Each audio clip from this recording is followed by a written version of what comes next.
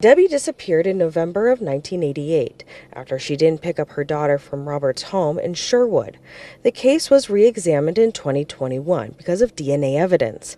Dad, during the trial, we heard from one of her brothers that Rihanna was really all of the focus and what was really primarily important to her at that time. She was young, newly separated, and determined to start over. A mother to an infant daughter, she walked out of a Tigard salon one November night in 1988, expecting to pick up her child from her estranged husband.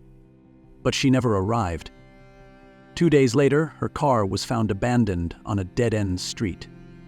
Inside the trunk was her lifeless body, strangled and hidden away. For more than 3 decades, the case sat frozen in time, a haunting question mark over Washington County, Oregon.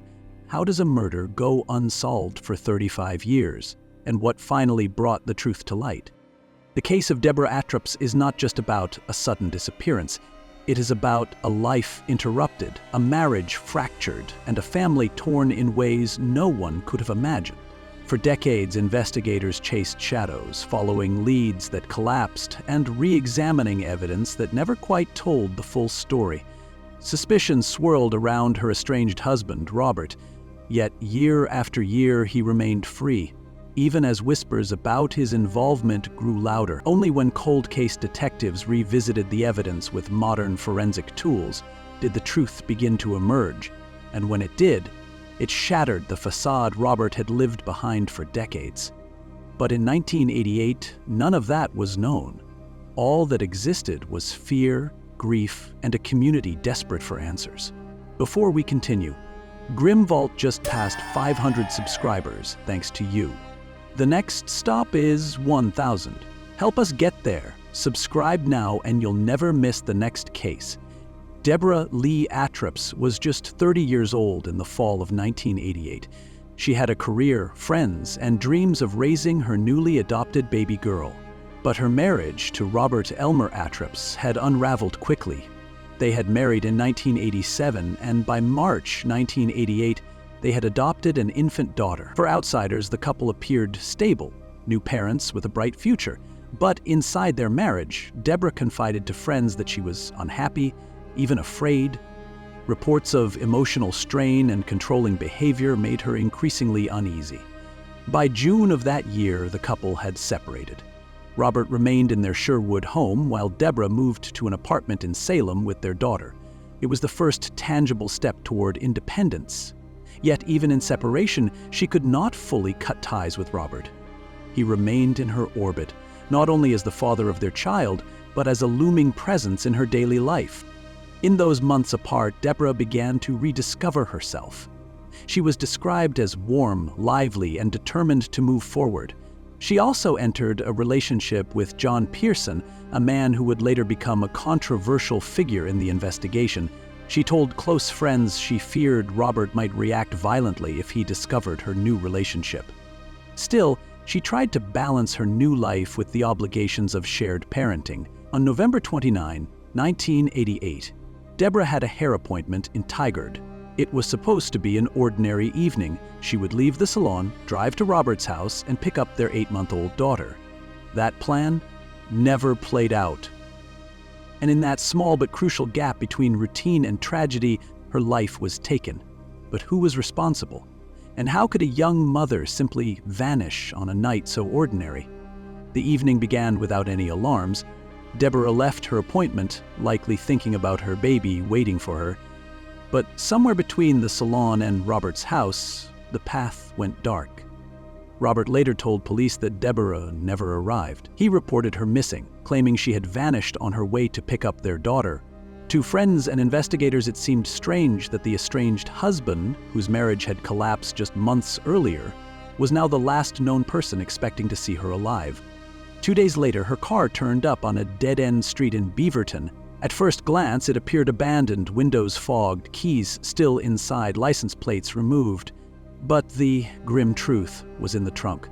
There lay Deborah's body, her clothing marked with mud, her life brutally cut short by strangulation. The discovery sent shockwaves through the community.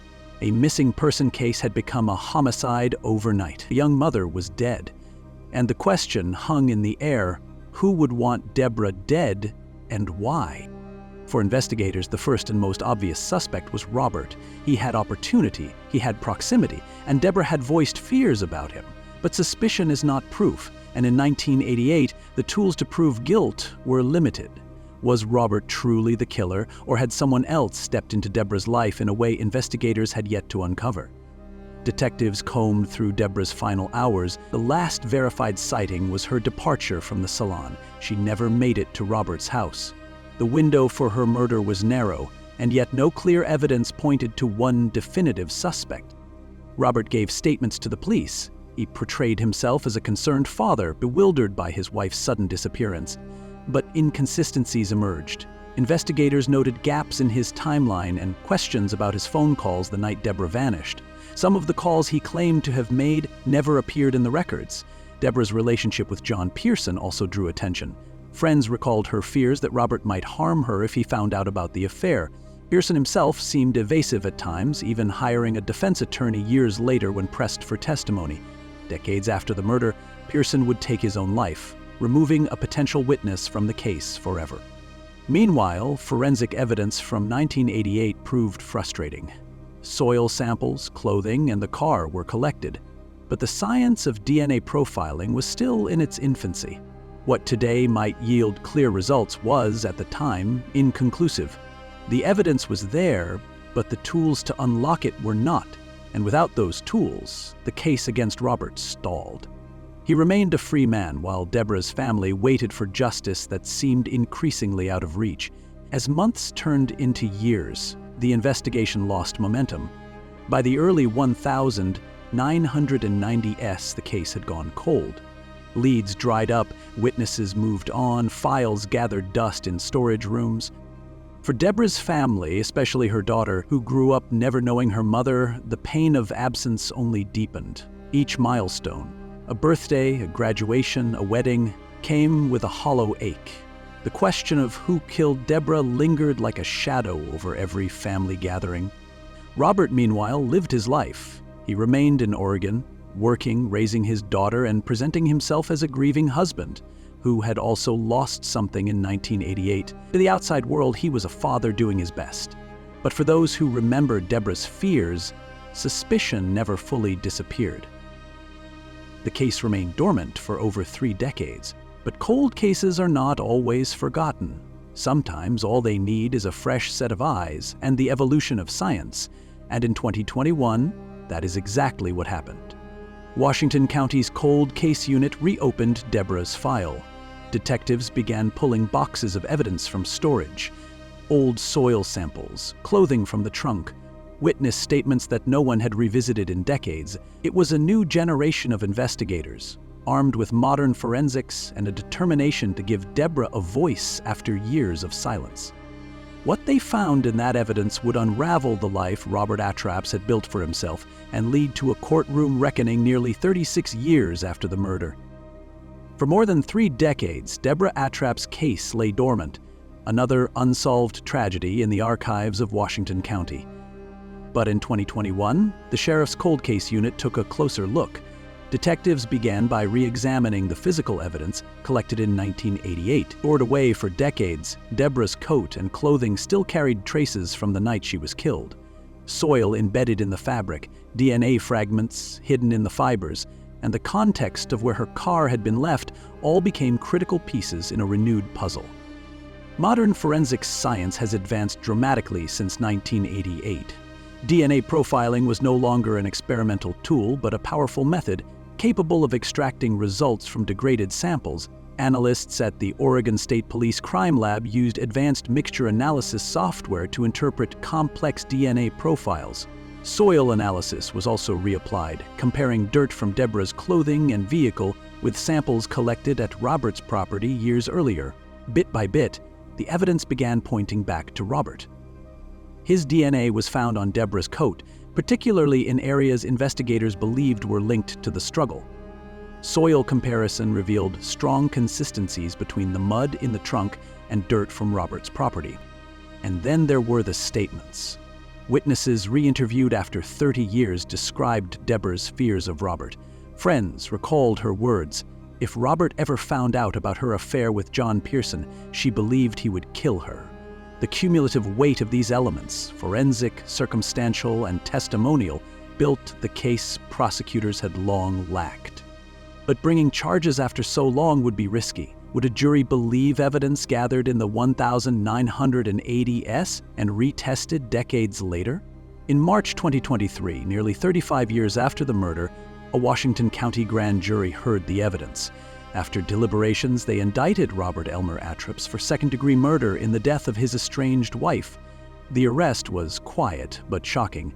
At age 68, Robert was living in Newberg, Oregon. He had built a life, raised a daughter, and outwardly blended into the community. When police arrived, neighbors were stunned. To them, Robert had been a father, a friend, perhaps even a sympathetic figure after losing his wife so tragically. Few knew that behind closed doors, suspicion had never left him.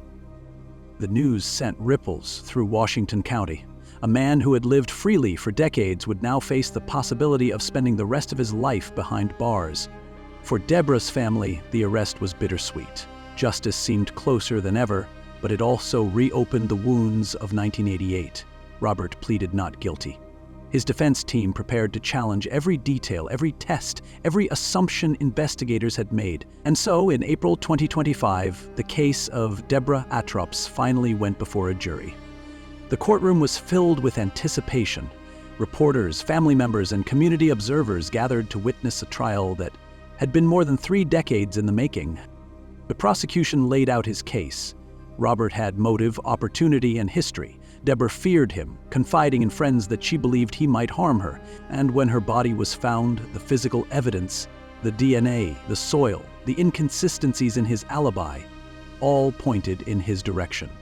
They emphasized the facade Robert had maintained for decades, outwardly a devoted father, inwardly capable of violence.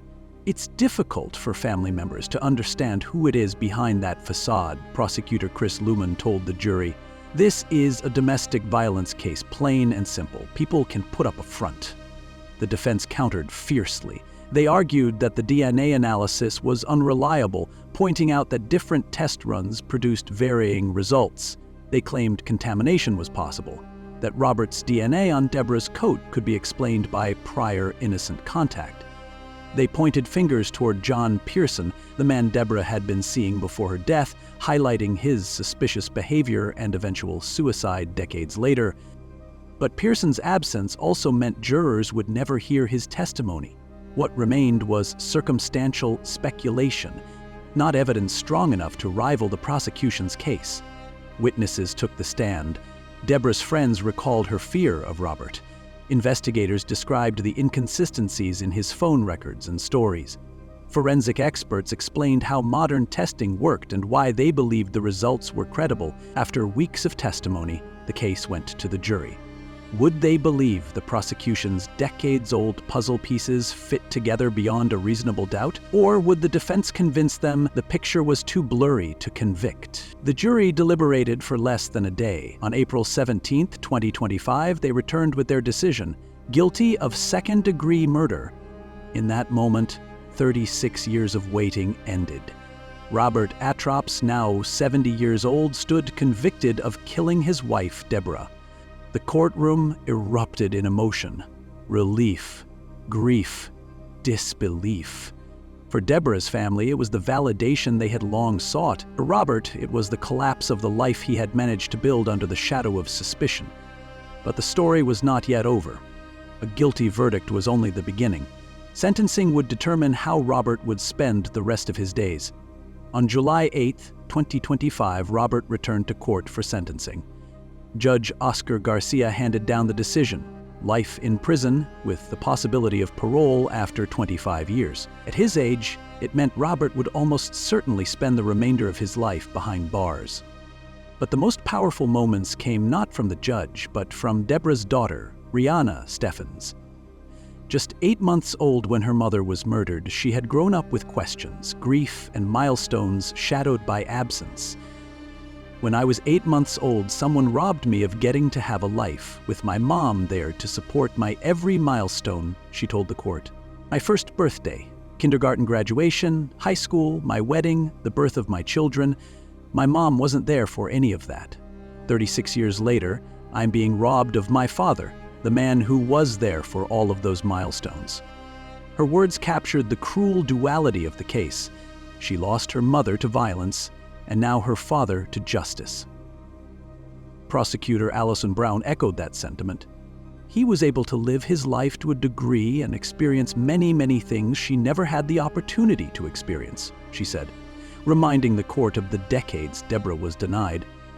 Robert's attorneys announced plans to appeal, arguing that the trial relied too heavily on questionable forensic evidence, but the conviction stood, and Robert began his sentence.